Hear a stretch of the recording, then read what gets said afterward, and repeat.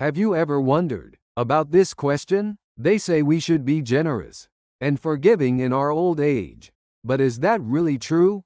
If you've spent your whole life trying to be a good person, only to be left with regrets and pain, wouldn't that feel unfair? Being too generous causes problems, and giving too much causes trouble. In this complicated life of old age, how should we really live? Schopenhauer emphasized maintaining wise distance in human relationships. Borrowing his profound wisdom, I want to share with you today 3 warnings we must remember and practice in our old age. Just by deeply engraving these warnings in your heart, you can escape unnecessary disappointment and regret and emotional wounds, and enjoy a more solid, peaceful, and dignified old age. If today's message resonates deeply with you, and you find it beneficial, please subscribe to the channel and hit the like button. I sincerely support your wise and happy old age, and will return your support with better content. First, don't be generous or giving. In old age, your precious assets are entirely yours, never anyone else's, and you must remember this. This may sound shocking and sometimes cold, but as we enter old age, we must face this reality more soberly and accept it. In our youth, we learned that giving is a virtue, and that generosity enriches human relationships. Many of us have lived with this belief, but as we age, especially after retirement, we realize the situation is completely different from our younger days. Our assets are limited, and with longer life expectancy, we live in uncertain times, not knowing how many more years we'll live. At this time, mindless generosity and giving, without any planning, can ultimately put yourself in economic and mental jeopardy. And you must not forget this. Schopenhauer argued that human nature is fundamentally selfish. Of course, not everyone is like that. There are certainly warm and altruistic people in this world, but in old age, we need to be especially cautious and carefully observe this point. People may appear around you who take for granted the goodwill I once gave with pure heart, and even mistake it for their own right. How often does the sincere care and financial help I gave to my children, close relatives, and longtime friends become their natural demand, or even return as a bigger burden? You've probably experienced at least once when someone you trusted with an open heart in your youth turned their back on you, or tried to cleverly exploit your goodwill. The older we get, the greater the betrayal and disappointment, and it can remain as a wound that's hard to heal.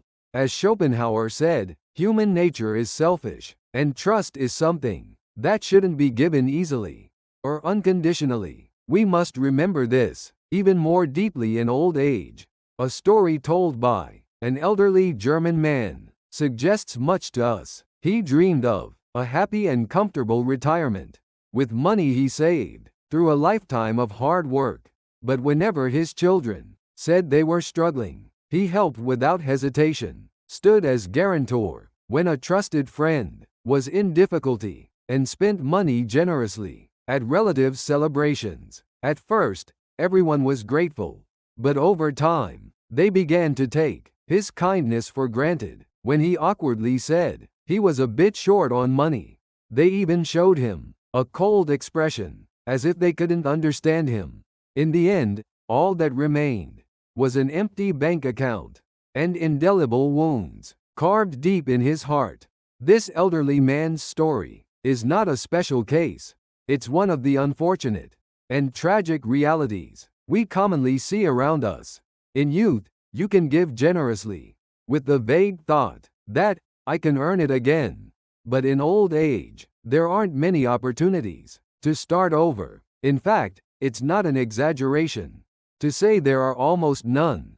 As you've seen in the web search results, your 50s to 60s are the last and most important golden time for retirement preparation. For a happy and comfortable retirement, active and systematic asset management is essential, and you must especially face The frightening reality of retirement bankruptcy. You must actively utilize various pension products like national pension, retirement pension, and personal pension, and efficiently manage assets through investment products like TDF Target Date Fund or ETF Exchange Traded Fund.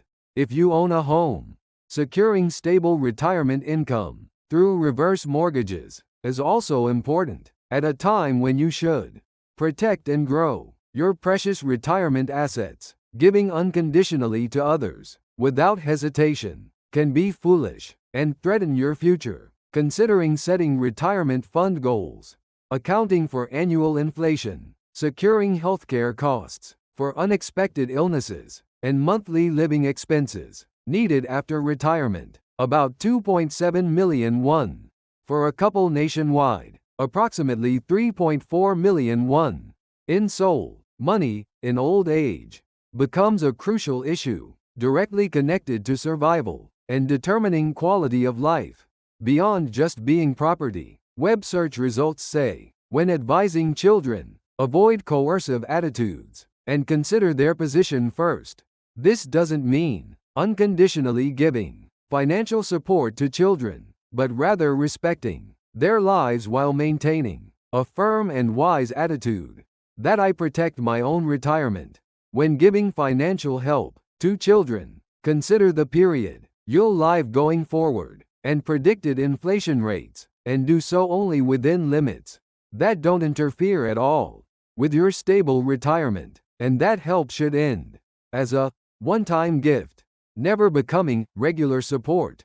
You need the courage to clearly recognize your economic limits, draw that line, and firmly say no to unreasonable demands that cross that line. If you find complex asset management or retirement planning difficult, don't hesitate to get help from professional asset management services or experts. Protecting your precious assets is never a selfish act, but the wisest and most responsible choice for yourself and your family's future. Remember once more Schopenhauer's insightful words that when lending money, you should be prepared not to get it back. To prevent the tragedy of precious relationships breaking down over money, perhaps the wisest method is not to create any room for money problems in the first place. Whether family or friends, even longtime acquaintances, there's no guarantee they'll be on your side, unchanged until the end. Rather, the closest people tend to act differently from our expectations or change. How often does someone who stood by you in hard times turn their back first, or become jealous when you do well? Schopenhauer summarized this concisely in one sentence: a true friend is not someone who is by your side when you need a friend, but someone who remains by your side when you're doing well. That's absolutely right. Comforting and sympathizing with someone's misfortune is relatively easy, but genuinely rejoicing in someone's true success without jealousy is very difficult. Not being jealous, not trying to exploit my goodwill, remaining by my side unchangingly. That's what truly precious relationships are. Ultimately, if you trust people easily and unconditionally, the one who gets hurt is yourself. This is especially true in old age, rather than unconditional trust. As Schopenhauer insightfully said, don't trust people's words, trust their actions. People sometimes easily change their words, but actions don't lie. In old age, beyond words, you should judge by observing someone's consistent actions. This doesn't mean don't trust from the start. Trust should be given carefully, after sufficient time and verification. If you rashly believe this person will never betray me before properly knowing what kind of person they are, the one who ends up hurt is yourself. Relationships are proven by consistent actions, not beautiful words or sweet promises. If someone once acted against your expectations or turned their back, you should carefully observe their actions for a long time before trusting again. In most cases, someone who turned their back once will turn their back again. In old age especially, you shouldn't waste your limited time and energy on such unnecessary relationships. Remember the solid fact that only you can take responsibility for your retirement, and clearly and firmly set standards for generosity and giving. Second, don't waste your life trying to be a good person. You must become not simply a kind person, but a wise person who sees through the ways of the world. We often wear the invisible mask of being a good person.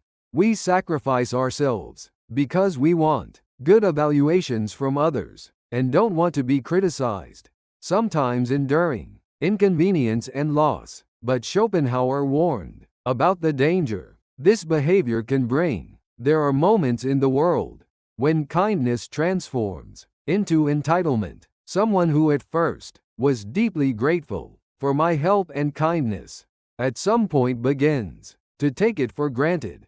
They even demand it as if it were their right. Please do this favor again. You know how much I trust you. You did it last time, so you can do it again, right? Hey, if you don't do it, we'll all be in trouble. Have you heard words like these? What was initially sincere goodwill has become an entitlement. That's too natural for them. What's more terrible is when I refuse such unreasonable demands, I become the bad person. Wow, you were always like this? I'm really disappointed. I didn't know you were such a selfish person. And the moment I refuse, those people leave me without hesitation. In fact, those people were never truly my people. From the beginning, they stayed by my side because I kept giving and giving to them. They were ready to turn their backs anytime they couldn't use me anymore. So does this problem arise because I'm a good person? No, the problem is exactly that. I didn't clearly establish my limits. We can help others and give to them. That's a beautiful virtue as a human being, but we must draw a clear and firm line about when and how much of my time, effort, and finances to allocate. I can gladly help up to this point, but beyond that is too much for me too. Is saying this one sentence so difficult? But kind people can't say these words because they worry the other person will be disappointed or think poorly of them. But you must remember this: if someone truly cares for and respects me, they won't burden me unreasonably. They understand I'm experiencing difficulty and know how to respect my boundaries. If they weren't that kind of person, that relationship was unnecessary or harmful to me from the beginning. In old age especially, you need to firmly organize such unnecessary and draining relationships. When you were young, you thought relationships were assets and tried to maintain them somehow. But in old age, your remaining energy and time are limited. You can't afford to waste these precious resources on unnecessary emotional labor. Schopenhauer again compared human relationships to the hedgehog's dilemma. We want to share each other's warmth, but if we get too close, we hurt each other with our spines. Get too close and you're deeply wounded. Get too far and you shiver with loneliness. So what's the answer to this dilemma? It's maintaining appropriate distance. In old age, the wisdom of maintaining your own appropriate distance in relationships with others becomes even more important. Don't easily and defenselessly give your heart to someone. Judge by observing their consistent and sincere actions rather than their sweet words. It's good to give kindness, but clearly set the limits of that kindness. And most importantly, rather than trying to simply be a kind person, become a wise person who understands the ways of the world and knows how to protect yourself. People don't change easily, but we can certainly change how we treat people. That one step, that new awareness of relationships, will be the first step in creating healthy relationships where you don't get hurt. Third, don't care about others' opinions. Your precious old age belongs only to you, never to others. And you must deeply recognize this. Schopenhauer saw through humanity's essential worry, the emptiness of a life bound by others' opinions. He pointed out that people live caring about others' opinions, but fail to realize the harsh fact that ultimately, the one responsible for their life is entirely themselves. He said this clearly: we live in the gaze of others, but that gaze doesn't take responsibility for our lives. The core of this statement is simple. No matter what others say, they won't live your life for you or bear your pain for you. But unfortunately, many people still care too much about how others see them and what evaluation they'll give, and often fail to properly and independently live their own lives. Why are we so bound by others' opinions? Is what others think of me really that important? As we enter old age, we finally gain the leisure and wisdom to reflect on ourselves. If we spent our youth living conscious of others' opinions all our lives, at least the remaining old age should be the time to truly live for ourselves the life we want. Something I want to do comes to mind. I want to challenge a new field. I want to courageously go down a path others don't take. But immediately these negative thoughts pop into my head. Won't people think I'm weird if I do this?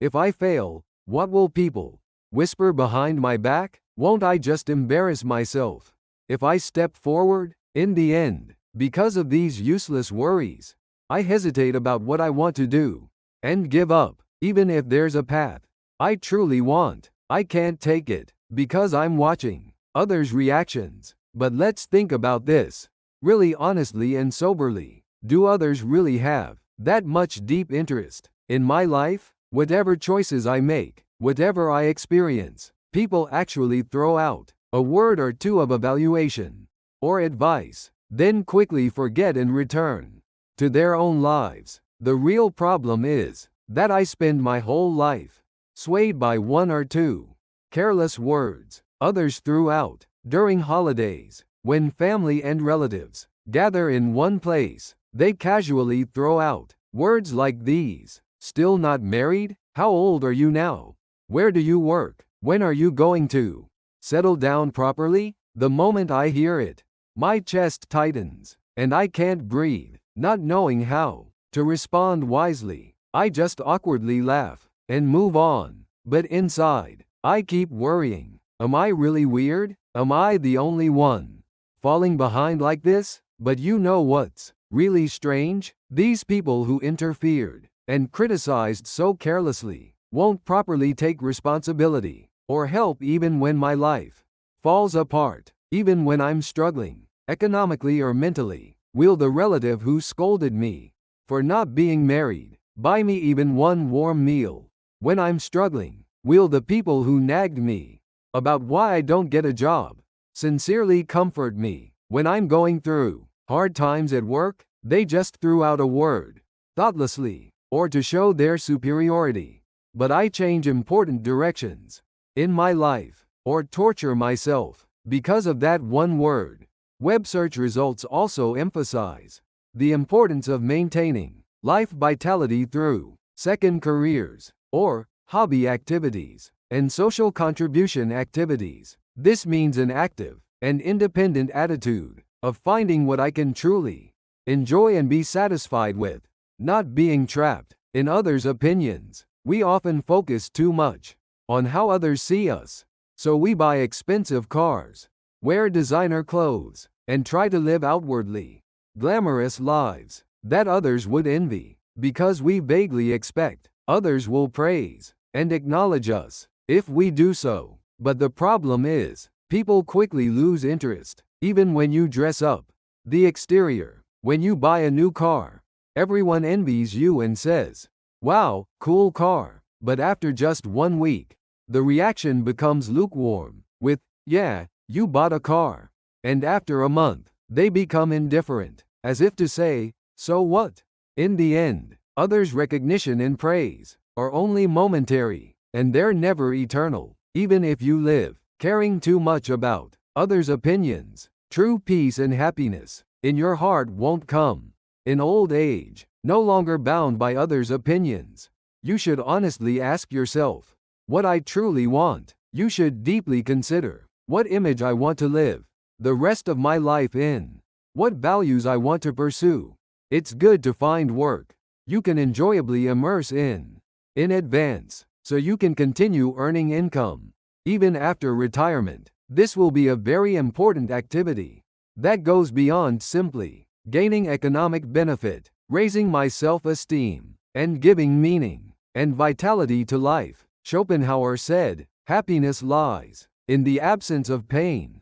Becoming completely free from others' opinions is the important key to escaping unnecessary pain and stress and welcoming a truly happy and peaceful old age. Web search results say, retirement financial management is a process of designing a stable and happy retirement. Beyond simply saving money, this happy retirement encompasses not only economic stability, but also mental peace and autonomy, escaping others' opinions, and becoming the true owner of my life. This is the true wisdom of old age, and the value we should all pursue. You've lived until now, sufficiently trying to be a good person, and sacrificing much. Now is the time to prioritize your happiness and peace, and care for yourself. Don't be generous or giving in old age, and don't waste your life trying to be a good person. These words may sometimes receive criticism or misunderstanding as being selfish, but remember the fact that your old age belongs only to you, and when you're happy and standing firm first, those around you can also truly feel happiness and stability. I sincerely hope you deeply engrave these 3 warnings in your heart and spend the rest of your life wisely, with dignity, and independently. Thank you.